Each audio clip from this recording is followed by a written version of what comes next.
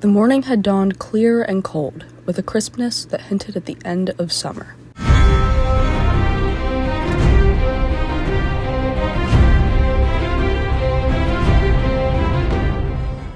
A perfect introduction to Game of Thrones, also known as A Song of Ice and Fire, the best-selling series written by George R.R. Martin and produced by HBO.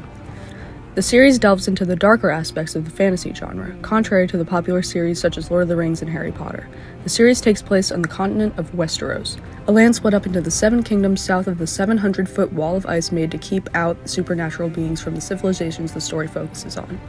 Westeros is created to be a unique world with a web of relationships between the characters that goes back hundreds of years and tens of wars, but funnily enough, one of the most prominent wars in the series took place off-screen. Everything about Robert's Rebellion is kind of overly complicated and vague because it's not told linear through a full timeline of the war, but instead every character who was in the war, their perspective of what happened and what they think happened. So I'll try to keep it concise and clear, but we'll see how it goes. I'm sorry if you get confused. Robert's Rebellion, also known as the War of the Usurper, is the origin story about 16 years before the main conflict with Game of Thrones. Side note, Game of Thrones is the name of the television series, but when I reference it, I'm talking about the first book in the series, because A Song of Ice and Fire is what the book series is called, but Game of Thrones is what the television series is called. Anyways, it centers around four houses: the Targaryens, the Baratheons, the Lannisters, and the Starks, with the main conflict between the House Targaryen's Prince Rhaegar and House Baratheon's Lord Robert. Each house that I mentioned has hundreds of years of backstory before the war takes place, so I'll try to kind of go into it, but once again, I'm sorry if you get confused. Everything is really complicated. You kind of just need to read the series to figure all this out. Go read Song of Ice and Fire, please. The Targaryens come from the continent of Essos, where they lived until a magical natural disaster called the Doom destroyed their kingdom of Old Valyria. Approximately 300 years before the start of the series, the Targaryens came to Westeros and declared war on the independent houses across the land. They came together with House Baratheon to take over and unite the Seven Kingdoms. Before Robert's Rebellion, the Targaryens ruled largely without opposition, besides the Dance of Dragons and the Blackfires. Everyone should go watch House of the Dragon, please. It wasn't until the Mad King Aerys II that their power became widely into question. The houses challenged to the Targaryen dynasty during Aerys' reign were none other than the Baratheons and the Starks. But who were they? Up until this point, the Baratheons have historically been close allies to the Targaryens. The first Targaryen king of Westeros, Aegon I, appointed Oren Baratheon as his closest ally during the conquest, in which he took over the Seven Kingdoms. The Baratheons and the Targaryens have been intermarrying and having alliances and taking over places together for, literal centuries. So, this is kind of a crazy change of events. Anyways, the Baratheons live in the Stormlands, specifically Storm's End, a massive castle on a cliff north of the capital of Westeros, called King's Landing. And way farther north than that is Winterfell, the seat of House Stark. The Starks ruled over what had been dubbed the North, a massive land separated by the wall of ice I had previously mentioned. The Starks have dedicated themselves to duty and honor, still worshipping the old gods of their ancestors, the First Men. A little bit of backstory on this: the First Men are kind of native to Westeros before the Targaryens came over from Essos and colonized everything. They had this other religion where they worship these people called the Children of the Forest, and there's a whole plot line with that in the series Game of Thrones. The Starks' alliance with the Baratheons comes from Robert Baratheon and Ned Stark, two major characters in the first installment of the series Game of Thrones. Ned and Robert are unofficially recognized as the protagonists of Robert's Rebellion, as well as Jon Arryn, but haven't gotten to him yet.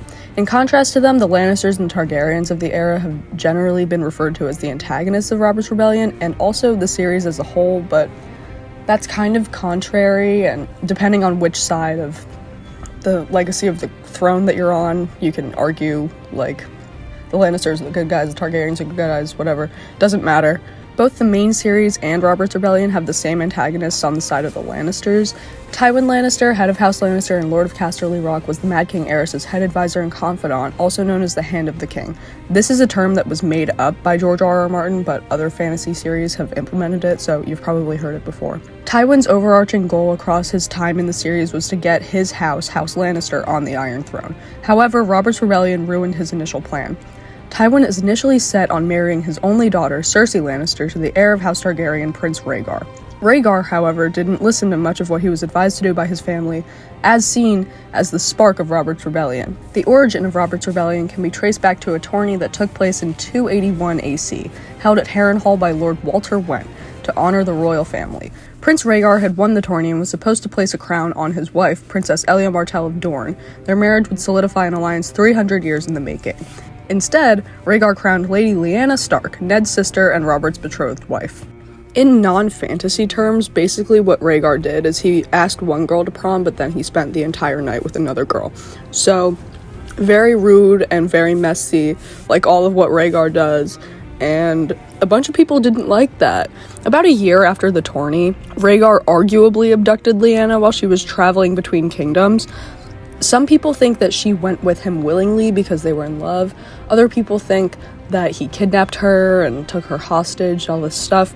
That goes with the characters' perceptions of Robert's Rebellion. Every character has a different story that they're going to tell about it. But it's also kind of the fan base has argued about if Lyanna and Rhaegar were in love, because Lyanna was 14, 15, and Rhaegar was in his 20s, which in the world of Game of Thrones isn't a problem, but in the real world, that is not cool, and you can't really do that. So, it's up to you if you think they're in love. Just watch the show, read the books, I don't know what to tell you. The fighting began in the Vale, Jon Arryn's seat, and quickly moved north. Fighting continued for over a year and didn't conclude until the Battle of the Trident. The Battle of the Trident saw House Targaryen down on their luck. Rhaegar had cost 10,000 Dornish soldiers who refused to come to his aid because of his treatment of Elia. Due to unfulfilled military promises on the side of the Dornishmen, Aerys took both Elia and her heirs, Rhaenys and Aegon, captive. Those heirs are Rhaegar's kids. He did not care at all. Rhaegar came to the Trident with 40,000 men. The rebels came with fewer, though it could be said that their men had more battle experience. The North and Riverlands are historically war-ridden, and less prominent houses fight all the time.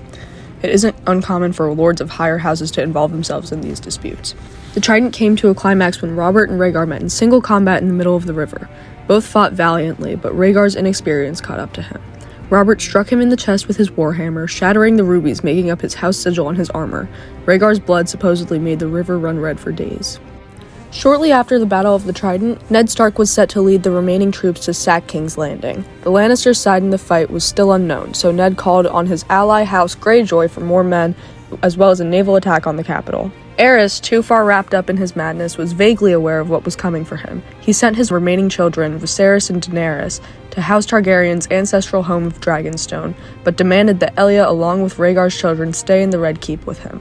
Although the Trident was the climax of the rebellion, the fighting wasn't fully over until the death of King Aerys II. Upon Ned's arrival to King's Landing, Tywin Lannister declared his loyalty to the Targaryens, still set on his plot of getting Cersei on the throne.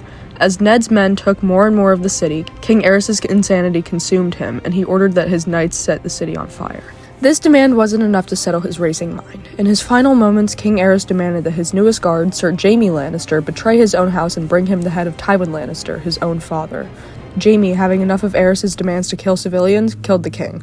When Ned finally arrived in the castle, he saw Jaime sitting on the throne with Aerys' body slumped on the ground in front of him.